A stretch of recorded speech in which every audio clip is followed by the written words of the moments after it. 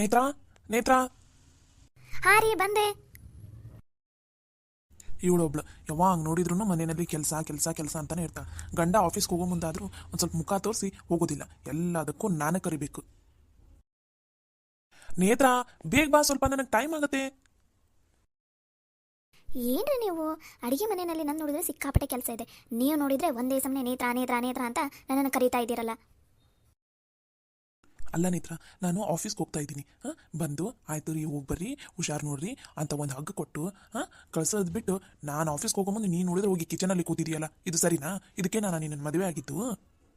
ಅಯ್ಯೋ ರೀ, ಸ್ವಲ್ಪ ಮೆತ್ತಗೆ ಮಾತಾಡಿ. ಮನೆ ತುಂಬ ಮಂದಿ ಇದ್ದಾರೆ, ನೀವು ನೋಡಿದ್ರೆ ಹೆಂಗೆ ಮಾತಾಡ್ತಿರಲ್ಲ ಜೋರಾಗಿ. ಛೇ, ನಿಮ್ಗಂತೂ ನಾಚಿಕೆನ ಇರಲ್ಲನಪ್ಪ.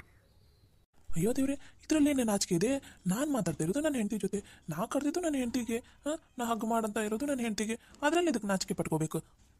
ಅಪ್ಪ ಸಾಕು ಸಾಕು, ಸುಮ್ಮನೆ ಆಗಿ. ಈಗ ಯಾರಾದರೂ ಬಂದರೆ ನನಗೆ ಆಗೋದು ಮುಜುಗರ, ನಿಮಗೇನಲ್ಲ. ಸರಿ ಬಿಡು, ಆಯಿತು. ಅಂದಂಗೆ ಅಕ್ಕ ಎಲ್ಲಿ ಕಾಣಿಸ್ತಾನೆ ಇಲ್ಲಲ್ಲ? ನಾನು ಟಿಫಿನ್ ಮಾಡುವಾಗಲೂ ಬರಲಿಲ್ಲ ಅಕ್ಕ. ಎಲ್ಲಿದ್ದಾಳೆ? ನಿನ್ಗೇನಾದರೂ ಗೊತ್ತಾ? ನಾನು ನೋಡಿಲ್ಲ ರೀ, ಬೆಳಗ್ಗೆಯಿಂದ ಖುಷಿಯವ್ರನ್ನ ನೋಡಿಲ್ಲ ನಾನು.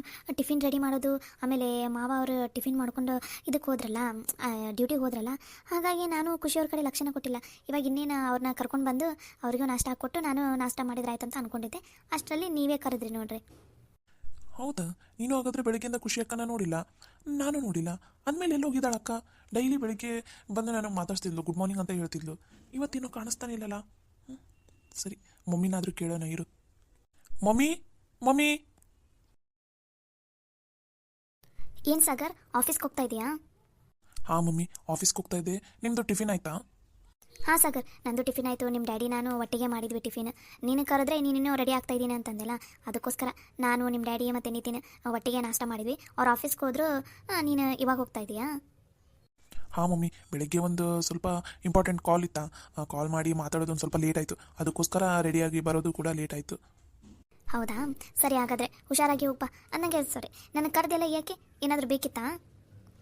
ಅದು ಮಮ್ಮಿ, ಬೆಳಿಗ್ಗೆಯಿಂದ ನಾನು ಖುಷಿ ಅಕ್ಕನ ನೋಡಿಲ್ಲ. ನಾನಷ್ಟೇ ಅಲ್ಲ, ನೇತ್ರಾನೂ ನೋಡಿಲ್ಲ ಅಂತೆ.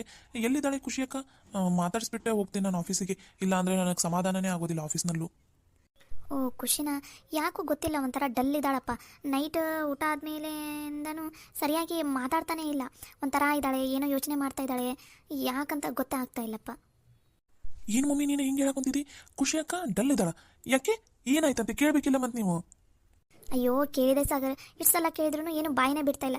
ಇಲ್ಲ ಮಮ್ಮಿ, ನಂಗೆ ಯಾಕೋ ತಲೆ ನೋಸ್ತಾ ಇದೆ, ನಂಗೆ ಸುಸ್ತಾಗಿದೆ ಅಂತ ಕೂತಿದ್ದಾಳೆ. ಹೌದಾ? ಎಲ್ಲಿದ್ದಾಳೆ ಮಮ್ಮಿ ಹಂಗಂದ್ರೆ ಅಕ್ಕ ಇವಾಗ?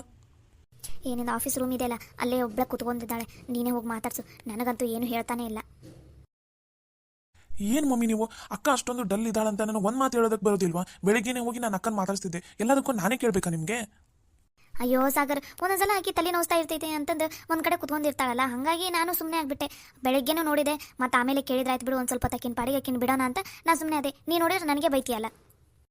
ಹಂಗಲ್ಲ ಮಮ್ಮಿ, ಅಕ್ಕ ಡಲ್ ಆಗಿದ್ದಾಳೆ ಅಂದರೆ ಏನಾದರೂ ಒಂದು ರೀಸನ್ ಇದ್ದೇ ಇರುತ್ತೆ. ನಾ ಇವಾಗ ನಿನ್ನ ಜೊತೆ ಮಾತಾಡಲ್ಲ, ಅಕ್ಕನ ಜೊತೆನೇ ಮಾತಾಡ್ತೀನಿ ಬಿಡು. ಸರಿ.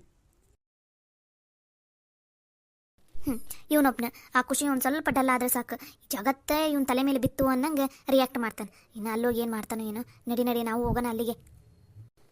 ಸರಿ ಅತ್ತೆ. ಖುಷಿಯವರು ಡಲ್ ಇದ್ದಾರೆ ಅಂದರೆ ನಾನು ಇನ್ನೇ ಮಾತಾಡಿದ್ದೆ ಅವರಿಗೆ ಬೇಜಾರಾಗಿದೆ ಅಂತ ಅನಿಸುತ್ತೆ. ಛೇ, ನಾನು ಮಾತಾಡಿದ್ದು ತಪ್ಪ? ಅವ್ರ ಜೊತೆ ಅವರಿಗೆ ಹರ್ಟ್ ಆಗೋಗಿ ಮಾತಾಡಿದ್ನ ನಾನು? ಇದನ್ನೆಲ್ಲ ಸಾಗರ್ ಅವ್ರ ಹತ್ರ ಹೇಳಿದರೆ ಹೆಂಗೆ? ಅಷ್ಟೇ ನನ್ನ ಕತೆ. ದೇವ್ರಿ, ನಡಿ ಹೋಗೋಣ. ಅಲ್ಲಿ ಏನಾದರೂ ಎಡವಟ್ ಆಗೋಕ್ಕಿಂತ ಮುಂಚೆ ನಾನು ಅಲ್ಲಿರಬೇಕು.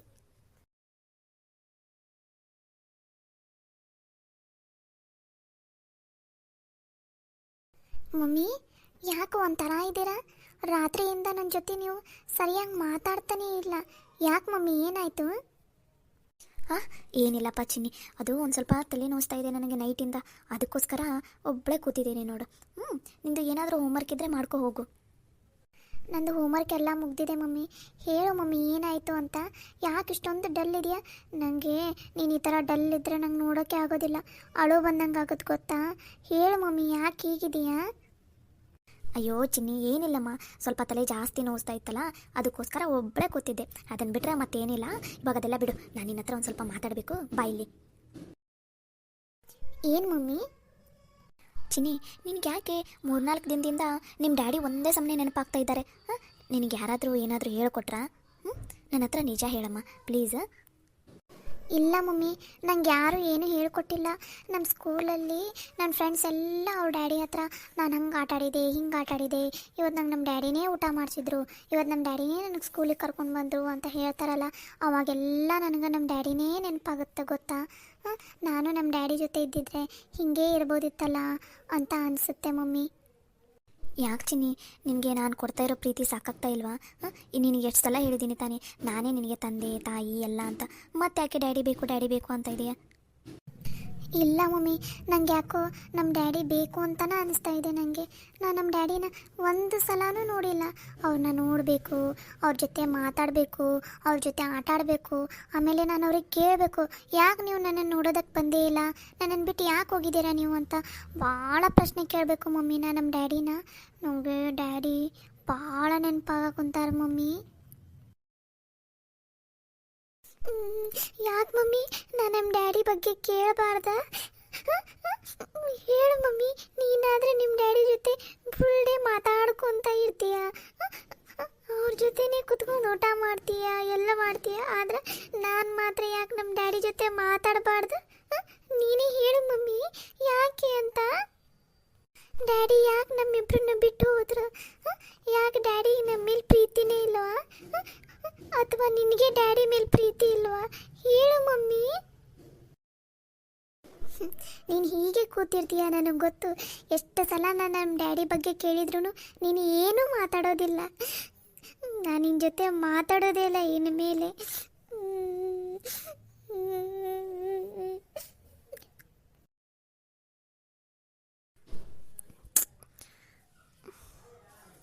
ಸಾರಿ ಚಿನ್ನಿ, ನಾನು ನಿನಗೆ ಏನು ಮಾತಾಡಬೇಕು ನಿನ್ನ ಜೊತೆ, ನಿನಗೆ ಹೇಗೆ ರಮಿಸ್ಬೇಕು ಅನ್ನೋದೇ ನನಗೆ ಗೊತ್ತಾಗ್ತಾ ಇಲ್ಲ.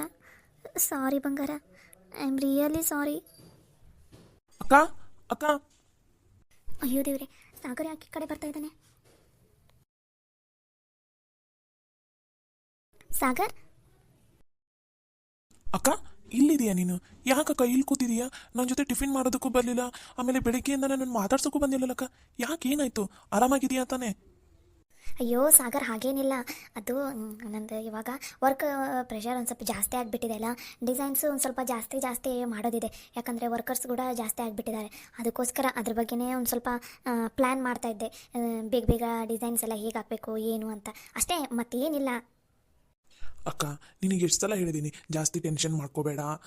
ಬಿಸ್ನೆಸ್ ಬಗ್ಗೆ ನಿನಗೇನಾದರೂ ಹೆಲ್ಪ್ ಬೇಕಾದರೆ ನನಗೆ ಕೇಳು, ನಾನು ಹೆಲ್ಪ್ ಮಾಡ್ತೀನಿ ಅಂತ ಹೇಳಿದ್ದೀನಿ ತಾನೇ. ನೀನು ನೋಡಿದರೆ ಈ ನಮ್ಮನೆ ಟೆನ್ಷನ್ ಮಾಡ್ಕೊಂಡು ಕೂತ್ಕೊಂಡಿದ್ಯಾ. ಈ ವಿಷಯ ಏನಾದರೂ ಡ್ಯಾಡಿಗೆ ಗೊತ್ತಾದರೆ ನೀ ಬಿಸ್ನೆಸ್ ಮಾಡೋದೇ ಬೇಡ ಅಂತಾರೆ ಗೊತ್ತಾ. ಅಕ್ಕ ಬಿಸ್ನೆಸ್ ಅಂದಮೇಲೆ ಈ ಥರ ಪ್ರಾಬ್ಲಮ್ಸ್ ಎಲ್ಲ ಇರೋದು ಕಾಮನ್. ನೀ ಅದನ್ನೆಲ್ಲ ಈ ನಮ್ಮನೆ ಟೆನ್ಷನ್ ಮಾಡಿಕೊಂಡು ಈ ನಮ್ಮನೆ ತಲೆಗೆ ಹಚ್ಕೊಂಡು ಕೂತ್ಕೊಂಡ್ರೆ ಹೆಂಗೆ ಹೇಳಕ್ಕ? ನೀನೇ ಹೇಳು, ಇದೆಲ್ಲ ಸರಿನಾ? ಹಿಂಗೆ ಟೆನ್ಷನ್ ಮಾಡ್ಕೊಂಡು ಕೂತ್ಕೊಳ್ಳೋದ್ರಿಂದ ನಿನ್ನ ಆರೋಗ್ಯ ಏನಾಗಬೇಕು? ಮನೆಯಲ್ಲಿ ಆ ಮಮ್ಮಿ ಕೂಡ ಎಷ್ಟು ಬೇಜಾರಾಗಿದ್ದಾರೆ ಗೊತ್ತಾ. ಅಯ್ಯೋ ಸಾಗರ್, ನಾನೇನು ಬಿಸ್ನೆಸ್ ಬಗ್ಗೆ ಅಷ್ಟೊಂದು ಟೆನ್ಷನ್ ಮಾಡ್ಕೊಳಲ್ಲ. ಬಟ್ ಒಂದು ಸ್ವಲ್ಪ ಡಿಸೈನ್ಸ್ ನನಗೆ ಸಡನ್ನಾಗಿ ಫ್ಲ್ಯಾಶ್ ಆಗ್ತಾ ಇಲ್ಲ, ಅದಕ್ಕೋಸ್ಕರ ಒಂದು ಸ್ವಲ್ಪ ಯೋಚನೆ ಮಾಡ್ಕೋತಾ ಕುಂತಿದ್ದೆ ಅಷ್ಟೇ, ಮತ್ತೇನಿಲ್ಲ. ಅದು ಒಬ್ಬಳೇ ಕೂತ್ಕೊಂಡ್ರೆ ಒಂದು ಸ್ವಲ್ಪ ನನಗೆ ಡಿಸೈನ್ಸ್ ಎಲ್ಲ ನೆನಪಾಗುತ್ತೆ, ಯಾವ ಥರ ಮಾಡಬೇಕು ಏನು ಅಂತ. ಅದಕ್ಕೋಸ್ಕರ ಕೂತಿದ್ದೆ ಅಷ್ಟೇ, ಅದನ್ನು ಬಿಟ್ಟರೆ ಮತ್ತೇನೂ ಇಲ್ಲ. ನೋಡಕ್ಕ, ನೀನು ಬಿಸ್ನೆಸ್ ಸಲುವಾಗಿ ಈ ನಮ್ಮನೆ ಟೆನ್ಷನ್ ಮಾಡಿಕೊಂಡು ಒಬ್ಬಳೇ ಕೂತ್ಕೊಳ್ಳೋದು, ಊಟ ಮಾಡ್ದಂಗೆ ಇರೋದು, ಟೈಮಿಗೆ ನಾಷ್ಟ ಮಾಡ್ದಂಗೆ ಇರೋದು, ನೀನು ಹೆಲ್ತ್ ಏನಾದರೂ ಹಾಳು ಮಾಡ್ಕೊಂಡೆ ಅಂದರೆ ನಾನೇ ಹೇಳ್ತೀನಿ ನೋಡಕ್ಕ, ನೀ ಬಿಸ್ನೆಸ್ ಮಾಡೋದು ಬೇಡ ಅಂತ. ನನಗೆ ಈ ಬಿಸ್ನೆಸ್ ಏನು ಇಂಪಾರ್ಟೆಂಟ್ ಅಲ್ಲ, ನಿನ್ನ ಆರೋಗ್ಯ ಅಷ್ಟೇ ಇಂಪಾರ್ಟೆಂಟ್ ನಮಗೆ. ನೀನು ಈ ನಮ್ಮನೆ ಟೆನ್ಷನ್ ಮಾಡ್ಕೊಂಡು ಕೂತ್ಕೊಂಡ್ರೆ ಹೆಂಗೆ? ಬಾ ಮೊದಲು ನಾಷ್ಟ ಮಾಡ್ಬಾ ನೀನು. ಅಯ್ಯೋ ಸಾಗರ್, ಅಷ್ಟ್ಯಾಕೆ ಟೆನ್ಷನ್ ಮಾಡ್ಕೋತೀಯ? ಹಾಗೇನಿಲ್ಲ, ನಾನು ಆರಾಮದೀನಿ, ನಾನು ನಾಷ್ಟ ಮಾಡ್ತೀನಂತೆ, ನೀವು ಹೋಗೋ ಆಫೀಸಿಗೆ ಟೈಮ್ ಆಗುತ್ತೆ. ಅಕ್ಕ ನನಗೆ ಮೊದಲು ನೀನು ಇಂಪಾರ್ಟೆಂಟು, ಆಮೇಲೆ ಕೆಲಸ ಎಲ್ಲ ಆಫೀಸೆಲ್ಲ ಇದ್ದಿದ್ದೆ, ಅದನ್ನು ಇನ್ನೂ ಒಂದು ತಾಸು ಬಿಟ್ಟು ಹೋಗಿ ಮಾಡಿದ್ರೂ ನಡೆಯುತ್ತೆ, ಏನೂ ಆಗೋದಿಲ್ಲ. ಆದರೆ ನೀನು ಮಾತ್ರ ಕರೆಕ್ಟ್ ಟೈಮಿಗೆ ನಾಷ್ಟ ಮಾಡಲೇಬೇಕು. ಸ್ವಲ್ಪ ಹೆಚ್ಚು ಕಮ್ಮಿ ಆದ್ರೂ ಆಮೇಲೆ ಹೆಲ್ತ್ ಅಪ್ಸೆಟ್ ಆಗುತ್ತೆ. ಇದೆಲ್ಲ ನಿನ್ಗೆ ಗೊತ್ತಾಗಲ್ಲ. ಬಾ ನಾನು ನಿನಗೆ ನಾಷ್ಟ ಮಾಡಿಸಿನೇ ಹೋಗೋದು. ಖುಷಿ ಬಾ, ನೀನು ಸಾಗರ್ ಅಷ್ಟೊಂದು ಹೇಳ್ತಾ ಇದ್ದಂತಾನೆ ಅಂದರೂ ನಿನಗೆ ಗೊತ್ತಾಗ್ತಾ ಇಲ್ವಾ? ಬಾ ಮೊದಲು ನೀನು ನಾಷ್ಟ ಮಾಡ್ಬಾ, ನಾಷ್ಟ ಮಾಡಿ ಆಮೇಲೆ ನಿನ್ನ ಕೆಲಸದ ಬಗ್ಗೆ ಯೋಚನೆ ಮಾಡು, ಸರಿನಾ? ಬಾ. ಅಕ್ಕ ನಾನು ಹೋಗಿ ಅಲ್ಲಿ ಡೈನಿಂಗ್ ಟೇಬಲ್ ಮೇಲೆ ಕುತ್ಕೊಳ್ಳೋ ಅಷ್ಟಿಗೆ ನೀನು ಬರ್ತಾ ಇರಬೇಕು ಅಷ್ಟೇ. ನಿನಗೆ ನಾಷ್ಟ ಮಾಡಿಸಿನೇ ನಾನು ಹೋಗೋದು. ನೋಡಿ ನೇತ್ರ, ಬೆಳಗ್ಗೆ ನಮ್ದು ಯಾರ್ದು ನಾಷ್ಟ ಆಗುತ್ತೋ ಬಿಡುತ್ತೋ, ಮೊದಲು ಖುಷಿ ಅಕ್ಕನ ನಾಷ್ಟ ಆಗಬೇಕು. ಅಕ್ಕನ ನಾಷ್ಟ ಆದಮೇಲೆ ನಮ್ಮ ನಾಷ್ಟ ಆಗಬೇಕು. ಅರ್ಥ ಆಯ್ತಾ? ಸರಿ ಸಾಗರ್ ಅವರೇ. ನಡಿ, ಮೊದಲು ಖುಷಿ ಅಕ್ಕನಿಗೆ ತಾಟ ಹಚ್ಕೊಡು, ನಾನು ಅಕ್ಕನಿಗೆ ನಾಷ್ಟ ಮಾಡಿಸಿನೇ ಆಫೀಸ್ಗೆ ಹೋಗೋದು, ಸರಿನಾ? ಸರಿ ಸಾಗರ್ ಅವರೇ. ಸಾರಿ ಖುಷಿ ಅವರೇ, ನಿನ್ನೆ ನಾ ಮಾತಾಡಿದ್ದು ನಿಮಗೆ ಭಾಳ ಹರ್ಟ್ ಆಗಿದೆ ಅಂತ ಅನಿಸುತ್ತೆ. ಅಲ್ಲ, ಇವರಿಗೆ ಒಳ್ಳೇದಾಗಲಿ, ಇವ್ರ ಜೀವನ ಚೆನ್ನಾಗಿರಲಿ ಅಂತ ನಾನು ಇಷ್ಟೆಲ್ಲ ಹೋರಾಡ್ತಾ ಇದ್ದೀನಿ. ಆದರೆ ಖುಷಿಯವರು ಒಂದು ಸ್ವಲ್ಪನೂ ಅರ್ಥನೇ ಮಾಡ್ಕೋತಾ ಇಲ್ಲ. ಈ ಸಾಗರ್ ಅವರು ಅಷ್ಟೇ, ನಾನು ಬೆಳಗ್ಗೆಯಿಂದ ಟಿಫಿನ್ ಮಾಡಿಲ್ಲ, ಏನೂ ಇಲ್ಲ, ಒಂದೇ ಸಮನೆ ಕೆಲಸ ಮಾಡ್ತಾನೇ ಇದ್ದೀನಿ. ನನ್ನನ್ನು ಟಿಫಿನಿಗೆ ಇವಾಗ ಒಂದು ಮಾತು ಕರೀಲಿಲ್ಲ. ಅವ್ರ ಅಕ್ಕನಿಗಾದರೆ ಕರ್ಕೊಂಡೋಗಿ ತಾವೇ ನಾಷ್ಟ ಮಾಡಿಸ್ತಾ ಇದ್ದಾರೆ. ಹಾಗೆ ನನ್ನನ್ನು ಒಂದು ಮಾತು ಕರಿಬೋದಿತ್ತು ತಾನೆ. ನೋಡ್ತೀನಿ, ನಾನು ಅಲ್ಲೇ ಇರ್ತೀನಲ್ಲ, ನನಗೂ ಟಿಫಿನ್ ಮಾಡಂತಾರ ಅಥವಾ ಖುಷಿಯವ್ರಿಗೆ ಅಷ್ಟೇ ಟಿಫಿನ್ ಮಾಡಿಸಿ ಹೋಗ್ತಾರ ಆಫೀಸಿಗೆ, ನೋಡ್ತೀನಿ ನಾನು.